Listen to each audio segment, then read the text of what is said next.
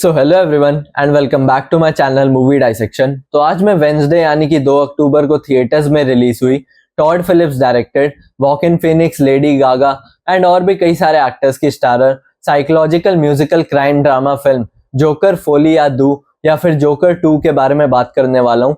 तो जोकर 2 साल 2019 में रिलीज हुई फिल्म जोकर की सीक्वल है, तो इसलिए इस फिल्म के जो इवेंट्स है वो एग्जैक्टली वहीं से स्टार्ट होते हैं जहां पर पिछली फिल्म एंड हुई थी। विच मीन्स व्हेन जोकर ने लाइव नेशनल टेलीविजन पर फ्रैंकलिन मरी को गोली मार दी थी, जिसके बाद गौथम पुलिस उसे पकड़ कर ले गई थी और उसके उस ऑडिशियस एक्शन से गौथम सिटी में कई सारे राइट्स भी शुरू हो गए थे। तो ये जो फिल्म है ये एग्जैक्टली उन सारे इवेंट्स के बाद से ही स्टार्ट होती है, where Arthur is now in Arkham serving for the murders he committed in the previous film and there he meets Harley who is in for the arson she had committed. और उसके बाद Arthur और Harley की मुलाकात होती है और फिर जैसा कि फिल्म का नाम ही है फोली या दू, तो इन दोनों की शेयर्ड मैडनेस हमें इसमें देखने को मिलती है। लेकिन वो मैडनेस उस लेवल की नहीं है जितनी मैंने सोची थी, क्योंकि मोस्ट ऑफ द टाइम पूरी फिल्म में हम आर्थर के कैरेक्टर को ही देखते हैं और हार्ली के कैरेक्टर पर उतना कोई फोकस नहीं किया गया है, जो कि करना चाहिए था, क्योंकि इस फिल्म से एक्सपेक्टेड ही यही था कि हमें जोकर और हार्ली का एक कॉम्बिनेशन देखने को मिलेगा और दोनों साथ में मिलकर कुछ तगड़ा केओस मचाएंगे। पर उतना कुछ हमें देखने को मिला नहीं और इस बात में फिल्म थोड़ी मात खा गई। पर अब ऐसा भी मत समझना कि फिल्म मुझे पसंद नहीं आई, क्योंकि फिल्म अच्छी है, पर जितनी अच्छी पिछली फिल्म थी उससे कम अच्छी है। और जोकर की इन दोनों ही फिल्मों की सबसे अच्छी बात मुझे ये लगी है कि they make you to sympathize with a psychopath और आप जोकर के कैरेक्टर के लिए फील करने लग जाते हो।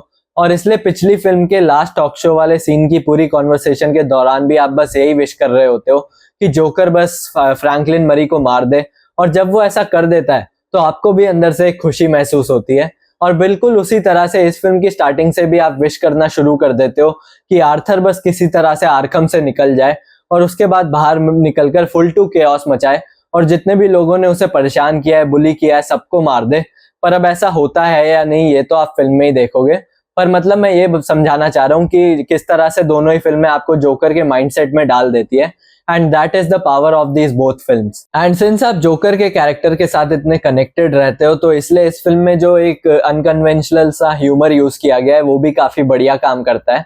और इसलिए आर्थर जब भी कोई अजीब सी बात करता है या अजीब सा एक्शन करता है तो इनवॉलेंटरीली आपको भी हंसी आ जाती है। जैसे कि फॉर एग्जाम्पल एक सीन में आर्थर अपनी वकील को किस कर देता है और मैं हंस रहा था।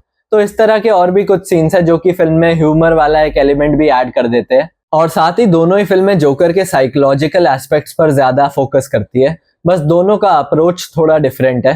क्योंकि जहां पिछली फिल्म ने तो कहानी को एक प्रिटी स्ट्रेट फॉरवर्ड वे में अप्रोच किया था, तो वहीं इस बार मेकर्स ने म्यूजिक को एज अ मीडियम यूज करते हुए जोकर के माइंड में हमें कुछ डीपर इंसाइट्स प्रोवाइड करने की कोशिश की है।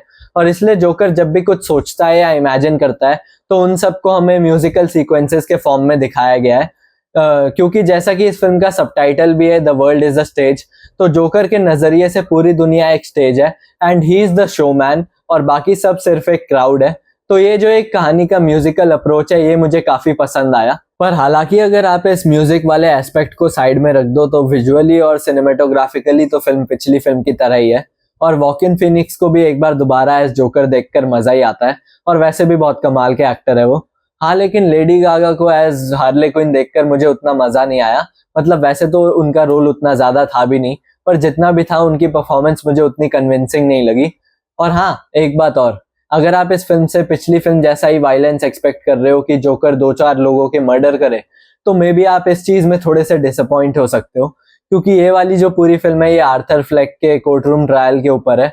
तो इसलिए मेजरली पूरी फिल्म में हमें कोर्ट रूम ड्रामा ही देखने को मिलता है, जो कि पर्सनली मुझे तो इंटरेस्टिंग लगा। आपको लगेगा या नहीं ये तो आप पे ही डिपेंड करता है। And so overall joker Folie a दू भले ही पिछली फिल्म के मुकाबले कम अच्छी है, बट स्टिल अच्छी तो जरूर है। और इसलिए अगर आपको पिछली फिल्म अच्छी लगी थी तो आपको इसको एक बार जरूर थिएटर्स में जाकर देखना चाहिए। मतलब कुछ कमियां हैं पर कई सारी चीजें अच्छी भी है, तो इसलिए एक बैलेंस हो जाता है। और बाकी बात रही पेरेंटल गाइडेंस की, तो फिल्म ए रेटेड है और जोकर और हार्ली के बीच में कई सारी पैशनेट केसेस है और एक छोटा सा सेक्स सीन भी है, तो इसलिए फैमिली के साथ देखना है या नहीं ये भी आपकी चॉइस है। और बाकी तो फिर जोकर फोली या दू का रिव्यू यहीं एंड करते हैं।